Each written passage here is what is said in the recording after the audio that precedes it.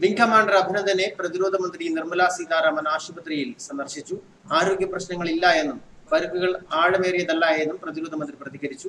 Abhinandan വർദ്ധമാന്റെ debriefing ഒരാഴ്ച വരെ നീണ്ടു നിന്നേക്കാം. പാകിസ്ഥാന് നിർണായക വിവരങ്ങൾ കൈമാറിയോ എന്ന് ചോദിച്ചറിയാനാണ് ഇപ്പോൾ ശ്രമം നടക്കുന്നത്. എയർഫോഴ്സ്, ഇന്റലിജൻസും റോ അടക്കമുള്ള ഏജൻസികളും സംയുക്തമായാണ് വിവരങ്ങൾ ചോദിച്ചറിയുന്നത്.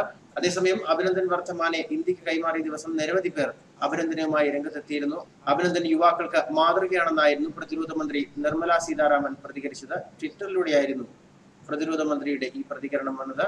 എന്നാൽ ഇന്ത്യയിൽ എത്തിയ ഉടൻ നിർമ്മല സീതാരാമൻ അഭിനന്ദനെ സന്ദർശിക്കാൻ ആശുപത്രിയിൽ എത്തുകയായിരുന്നു. സുഖവിവരങ്ങളെല്ലാം ചോദിച്ചറിഞ്ഞു.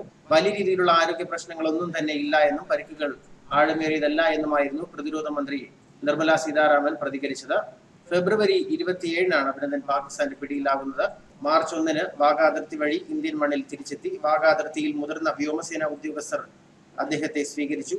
വൈദ്യപരിശോധനയ്ക്ക് ശേഷം വർദ്ധമാനെ രാത്രി ഡൽഹിയിൽ എത്തിക്കുകയായിരുന്നു. ഉന്നത സൈനിക ഉദ്യോഗസ്ഥരുമായി ഇന്ന് കൂടിക്കാഴ്ച നടത്തുന്ന അദ്ദേഹത്തോട് പാക് കസ്റ്റഡിയിലെ അനുഭവങ്ങൾ വിശദമായി ചോദിച്ചറിയും. അതേസമയം ഇന്ത്യൻ മണ്ണിലേക്ക് തിരികെ എത്തിയ വ്യോമസേന വിംഗ് കമാൻഡർ അഭിനന്ദൻ വർദ്ധമാന് ആദരമർപ്പിക്കുകയാണ് ഇപ്പോൾ രാജ്യം. അഭിനന്ദനോടുള്ള ആദരസൂചകമായി നവജാത ശിശുവിന് അദ്ദേഹത്തിന്റെ പേര് നൽകിയിരുന്നു. രാജസ്ഥാനിൽ നിന്നുള്ള ഒരു കുടുംബമാണ് ഇത്തരത്തിൽ അവരുടെ മക്കൾക്ക് അഭിനന്ദൻ എന്ന് പേരിട്ടത്. പൈലറ്റിന്റെ ധീരതയിൽ ഏറെ അഭിമാനിക്കുന്നുവെന്നും അദ്ദേഹത്തെ ഓർക്കാൻ വേണ്ടിയാണ് കുഞ്ഞിന് അഭിനന്ദൻ എന്ന് തന്നെ പേര് നൽകിയതെന്നും കുടുംബാംഗങ്ങൾ പ്രതികരിക്കുന്നു. വലുതാകുമ്പോൾ അവൻ അഭിനന്ദനെ പോലെ ധീരനായ സൈനികനാകണമെന്നാണ് എന്റെ ആഗ്രഹമെന്നും കുഞ്ഞിന്റെ അമ്മ സ്വപ്നാദേവി പറയുന്നു. അഭിനന്ദന്റെ മോചന വാർത്ത അറിഞ്ഞതോടെ കുടുംബം മുഴുവൻ ടെലിവിഷന് മുന്നിലായിരുന്നു. അഭിനന്ദനെ കൈമാറുന്നത് കാണാൻ എല്ലാവരും കാത്തിരിക്കുകയായിരുന്നുവെന്നും അപ്പോഴാണ് മകൾക്ക് പ്രസവവേദന വന്നതെന്നും അവളെ ആശുപത്രിയിൽ കൊണ്ടുപോയതെന്നും കുഞ്ഞിന്റെ മുത്തച്ഛൻ ജിനേഷ് ഭൂട്ടാനി പറഞ്ഞു. വ്യോമസേന പൈലറ്റിനോടുള്ള ആദരസൂചകമായിട്ടാണ് അവന് അഭിനന്ദൻ എന്ന് പേര് നൽകിയത്. അഭിനന്ദനെ ഓർത്ത് വളരെയധികം അഭിമാനമുണ്ട്. അതുകൊണ്ടാണ് കുഞ്ഞിന് അങ്ങനെ ഒരു പേര് നൽകിയതെന്നായിരുന്നു ഭൂട്ടാനി പറഞ്ഞത്.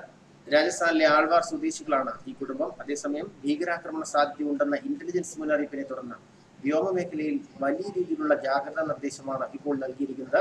വിമാനത്താവളങ്ങളും വിമാന കമ്പനികളും സുരക്ഷ വർദ്ധിപ്പിക്കാനുള്ള നിർദ്ദേശവും നൽകി കഴിഞ്ഞു. ബ്യൂറോ ഓഫ് സിവിൽ ഏവിയേഷൻ സെക്യൂരിറ്റിയുടേതാണ് മുന്നറിയിപ്പ്. എയർപോർട്ട് കെട്ടിടങ്ങൾ, വിമാനത്താവളങ്ങൾ തുടങ്ങിയവയ്ക്ക് 20 സുരക്ഷാ മാർഗരേഖ നിർദ്ദേശിച്ചു. യാത്രക്കാരുടെ പരിശോധന കർശനമാക്കുന്നുണ്ട്. ടെർമിനലുകൾക്ക് മുന്നിൽ പാർക്കിംഗ് നിരോധിക്കും. മുംബൈ രാജ്യാന്തര വിമാനത്താവളത്തിൽ ബോംബ് ഭീഷണി ഉണ്ടെന്നതിനെ തുടർന്ന് ടെർമിനൽ 2-ൽ ബോംബ് സ്ക്വാഡ് തിരച്ചിൽ നടത്തിയിട്ടുണ്ട്. ന്യൂസ് ഡെസ്ക് മലയാളി വാർത്ത.